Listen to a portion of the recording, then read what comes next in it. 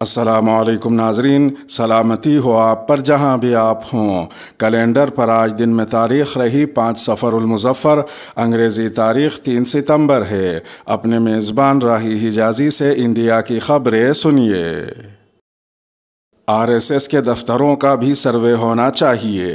مودی حکومت میں مرکزی وزیر گری راج سنگھ نے مطالبہ کیا ہے کہ اتر پردیش کی طرز پر بہار میں بھی تمام مدارس و مساجد کا سروے کرایا جائے کہ ان میں ملک مخالف سرگرمیاں تو انجام نہیں دی جا رہی ہیں۔ اس پر بہار میں حکمراں مہا گٹھ بندھن کے اتحادی جماعت ہندوستانی عوام مورچے نے رد عمل ظاہر کرتے ہوئے کہا کہ بہار میں موجود RSS کے تمام دفاتر کا سروے کرایا جانا چاہیے۔ تفصیلات کے مطابق مرکزی وزیر گری راج سنگھ نے اپنے بیان میں کہا کہ بہار میں تمام مدارس و مساجد کا سروے ہونا چاہیے۔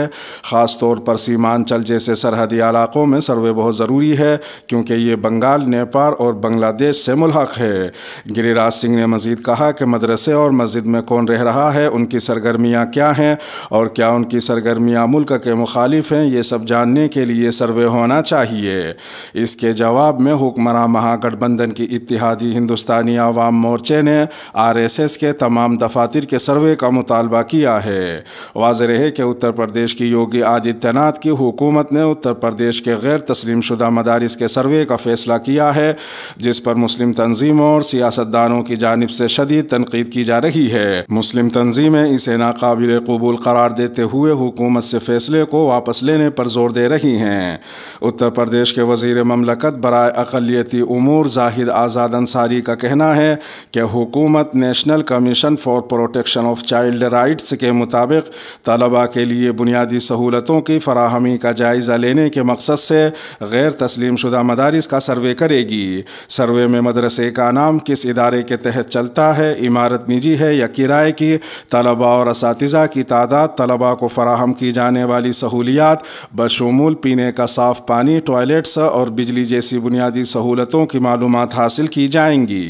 جب وزیر سے پوچھا گیا کہ کیا اس کا مقصد ان غیر تسلیم شدہ مدرسوں کو تسلیم کرنا ہے تو انہوں نے کہا کہ ابھی صرف سروے کیا جائے گا اور جلد کیا جائے گا۔ مسلم تنظیموں اور اداروں کی جانب سے اتر پردیش میں مدارس کے سروے کی مخالفت اور آسام میں دہشت گردی کے مبینہ الزام میں مدارس کے انہدام کی مذمت کی جا رہی ہے۔ آل انڈیا مسلم پرسنل لا بورڈ نے اس سلسلے میں تشویش کا اظہار کرتے ہوئے کہا کہ حکومت کو آئین کے اندر رہ کر کام کرنا چاہیے، لیکن ایسا لگتا ہے کہ وہ آئین کو بالائے طاق رکھ کر کام کر رہی ہے۔ مسلم پرسنل لا بورڈ حکومت کے اس رویے کی مذمت کرتا ہے۔ بورڈ کے جنرل سیکریٹری مولانا خالد سیف اللہ رحمانی نے آسام میں 3 مدرسوں کے بلڈوز کر دیے جانے پر تشویش کا اظہار کیا اور کہا کہ حکومت معمولی خلاف ورزیوں کو بہانہ بنا کر مدارس کو منہدم کر رہی ہے اور ریاست سے باہر کے علماء اور اماموں پر قانونی اور انتظامی پابندی لگا رہی ہے جو قابل قبول نہیں ہیں۔ Islamic centre of India Lucknow کے صدر اور ٹیلے والی مسجد کے امام مولانا خالد رشید فرنگی محلی نے UP حکومت کے فیصلے پر تنقید کرتے ہوئے کہا کہ ملک میں تمام اقلیتوں کو اپنے ادارے قائم کرنے اور چلانے کا آئینی حق حاصل ہے۔ انہوں نے مزید کہا کہ ان مدرسوں میں 90% طلباء کو مفت تعلیم دی جاتی ہے۔ یہ مدرسے ملک میں شرح خواندگی میں اضافہ کرتے ہیں۔ انہوں نے حکومت سے سروے کے فیصلے پر نظر ثانی کی اپیل کی۔ سیاسی جماعتوں نے بھی UP حکومت کے اس فیصلے کی مخالفت کی ہے اور انڈیا مجلس اتحاد المسلمین کے صدر اور حیدرآباد سے رکن پارلیمان اسد الدین اویسی نے اسے چھوٹا NRC قرار دیا ہے۔ حیدرآباد میں میڈیا سے بات کرتے ہوئے اسد الدین اویسی نے کہا کہ حکومت کو نجی مدارس کے انتظام میں مداخلت کا کوئی حق نہیں ہے، وہ مدرسہ بورڈ کے تحت رجسٹرڈ نہیں ہیں۔ اسد الدین اویسی نے مزید کہا کہ دستور کی دفعہ 30 اقلیتوں کو اپنے تعلیمی اداروں کے قیام اور انتظام کا حق دیتی ہے۔ انہوں نے یہ بھی کہا کہ یہ کتنی بری بات ہے کہ جن مدرسوں نے ملک کو آزادی دلانے میں اہم کردار ادا کیا اب ان کو شک و شبے کی نظروں سے دیکھا جا رہا ہے اور وہ بھی اس وقت جب ملک آزادی کی 75ویں سالگرہ منا رہا ہے۔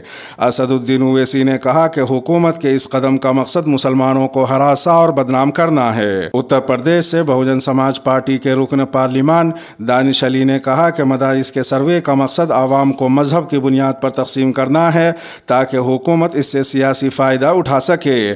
انہوں نے کہا کہ یہ مدرسے حکومت سے کوئی امداد نہیں لیتے بلکہ از خود تمام انتظامات کرتے ہیں، تو ان میں حکومت کو مداخلت کرنے کا کیا جواز ہے۔ انہوں نے مزید کہا کہ ایک طرف حکومت تعلیم کا بجٹ کم کر رہی ہے اور دوسری طرف مدرسوں کو ہدف بنا رہی ہے۔ انہوں نے بتایا کہ اس حکومت نے گزشتہ 5 برس میں علی گڑھ مسلم یونیورسٹی اور جامعہ ملیہ اسلامیہ کی گرانٹ سے کم کر دی ہے، جبکہ بنارس ہندو یونیورسٹی کی بڑھا دی ہے۔ اتر پردیش کی حزب اختلاف کی اصل جماعت سماجوادی پارٹی نے بھی مدرسوں کے سروے کے فیصلے کو مسلمانوں کو پریشان کرنے سے تعبیر کیا۔ پارٹی کے ترجمان راجندر چودھری نے ایک بیان میں کہا کہ ریاست میں تعلیمی نظام انتہائی خراب ہو چکا ہے۔ حکومت اس میں اصلاح کے بجائے ان مدرسوں کا سروے کرنے جا رہی ہے جو کہ حکومت سے کوئی گرانٹ نہیں لیتے۔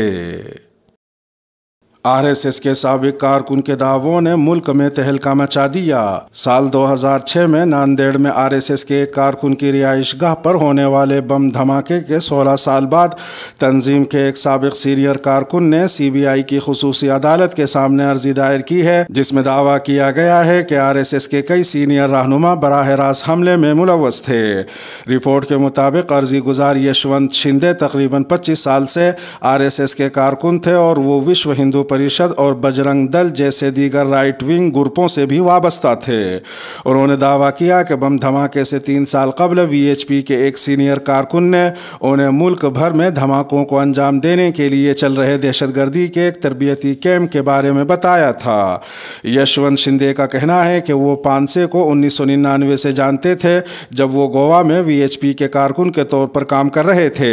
شندے کا دعویٰ ہے کہ 1999 میں ہوئی ایک میٹنگ میں پانسے اور ان کے ساتھ دوستوں نے جموں میں ہتھیاروں کی تربیت لینے پر رضامندی ظاہر کی تھی۔ شندے کا الزام ہے کہ یہ ٹریننگ انڈین فوج کے جوانوں نے دی تھی۔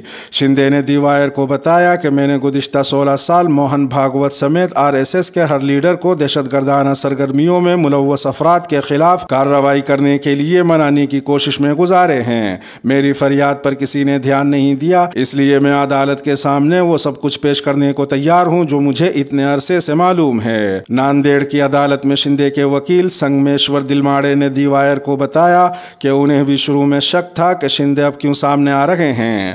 وکیل نے کہا کہ میں نے شندے سے یہ سوال کیا تو انہوں نے مجھے بتایا کہ ان کی زندگی ہر وقت خطرے میں رہتی تھی اور اب وہ اس مقام پر پہنچ چکے ہیں جہاں ان کا ضمیر انہیں مزید خاموش رہنے کی اجازت نہیں دیتا۔ حلف نامے کے مطابق شندے نے 18 سال کی عمر میں RSS میں شمولیت اختیار کی تھی۔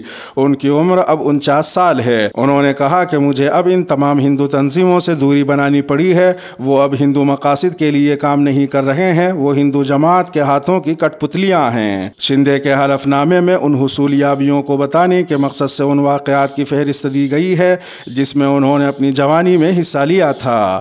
شندے کے وکیل کا کہنا ہے کہ عدالت نے CBI کے وکیل یعنی پبلک پروسیکیوٹر اور ملزم دونوں کو سمن بھیج کر 22 ستمبر تک ان کا جواب طلب کیا ہے۔ دوسری جانب یشونت شندے کا ویڈیو شیئر کرتے ہوئے کانگریس لیڈر پون کھیڑا نے RSS کو نشانہ بنایا۔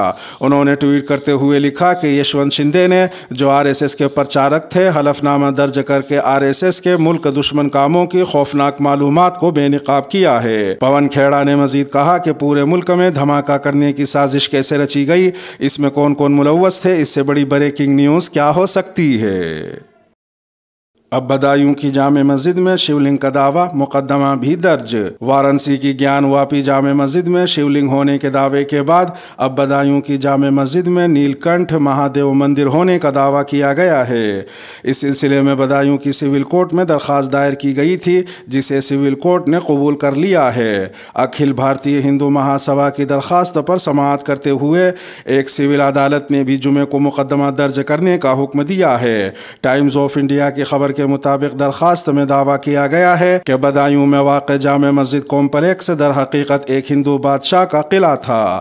درخواست میں دعویٰ کیا گیا ہے کہ جامع مسجد کا موجودہ ڈھانچہ نیل کنٹھ مہادیو کے قدیم مندر کو منہدم کر کے بنایا گیا تھا۔